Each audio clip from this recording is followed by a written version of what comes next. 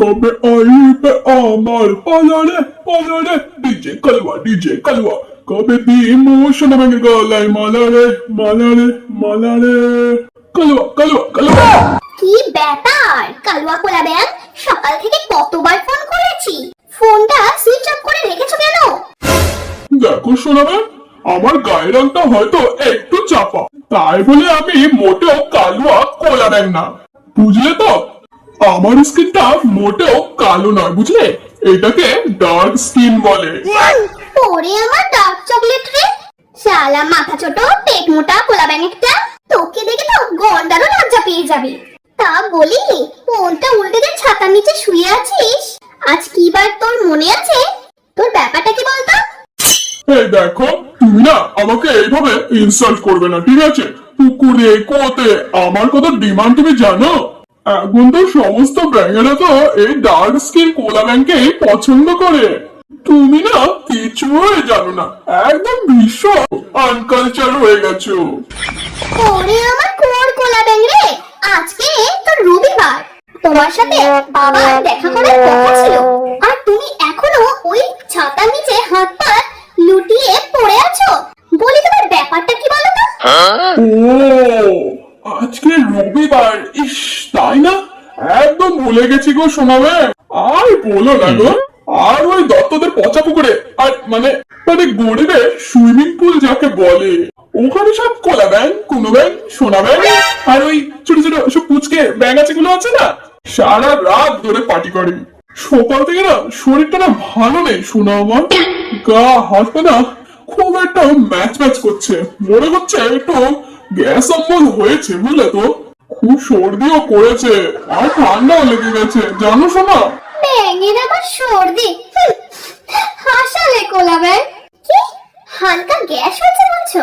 তুমি যদি সন্ধ্যের মধ্যে আমার বাবার সাথে দেখা না করেছো না, ওই তোমার গ্যাসটা না পাম্প করে আমি মাথায় পৌঁছে দেবো। বলছি শোনো না সোনা ব্যাং আমার, বলছি কাল গেলে হয় না?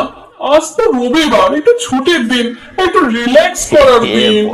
আজ নয় ওই কালোর সাথে মানে সরি ওই হবু শ্বশুরের সাথে না দেখা করলে হতো না? কি বলো সোনা আমার? এই তুমি কি বললে? আমার বাবা কালো ষাঁড়, রবিবার ছুটির দিন? উফ, হাসালে তুমি আবারও আমাকে। তুমি কোন সরকারি চাকরি করো যে তোমার গেস্টের প্রয়োজন আছে? ভালো কথা বলছি শোনো, ভদ্রকোলা ব্যাঙের মতো চুপচাপ সন্ধ্যাবেলা আমার বাবার সাথে দেখা করে আমাদের বিয়ের কথাটা বলবে। বেশি পাকামি করলে না পেটের গ্যাসটাকে পাম্প করে মাথায় তুলে দেব, তখন প্রেসার দিলেও পেছন থেকে আর পা বের হবে না। ব্যাঙের আবার সর্দি, কত নাটক দেখবো।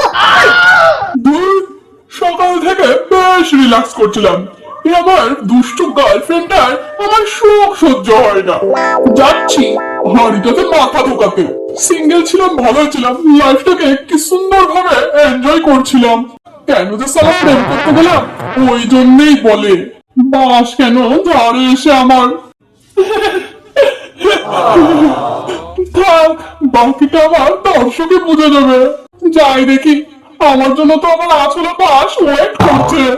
ওই বুড়ো কোলা ব্যাংকটা দেখলে আমার পেছনটা পুরো ফেটে যায়। যাই দেখি কি হয়। তুমি এসেছো কোলা ব্যাং, আমি খুব খুশি হয়েছি।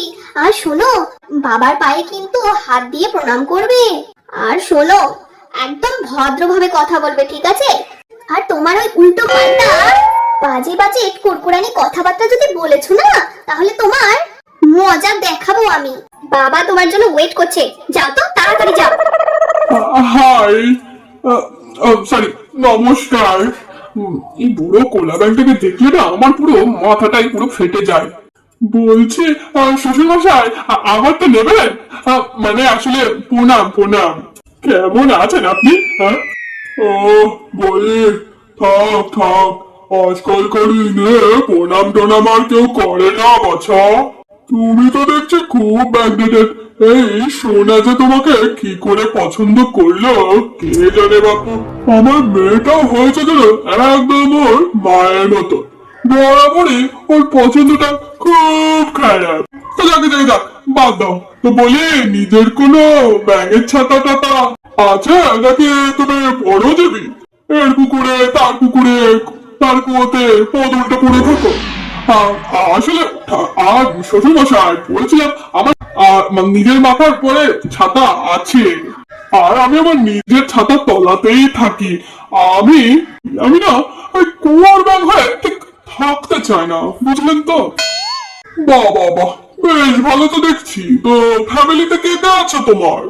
আর কাজকর্ম কি করাটা হয় একটু শুনি দেখি। হ্যাঁ, বাবা মা, ছোট ছোট দুটো ব্যাঙাচি আছে, ওই পাশের পাড়ার কুয়োতে থাকে ওরা। আমি হচ্ছে চাকরি সূত্রে ওদের থেকে আলাদাই থাকি। ওই দত্তপাড়ার রাস্তার ধারে আমার নিজের ছাতা আছে, আমি ওখানেই থাকি। তো তুমি কি এমন চাকরি করছো বাছা, যে আমার সোনাকে তুমি 3 বেলা খাওয়াতে পারবে? তো দেখো বাছা, তুমি আমার সোনাকে শুধু জল খাইয়ে যেন পেটটা ভরিয়ে রেখো না।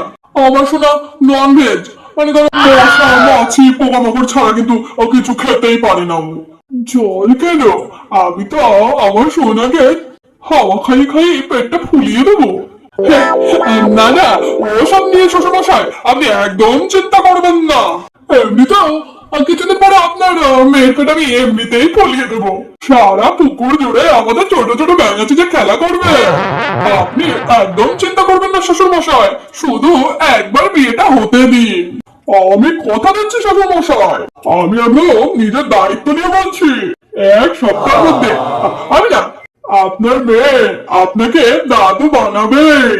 এটা আমার শপথ শ্বশুরমশাই।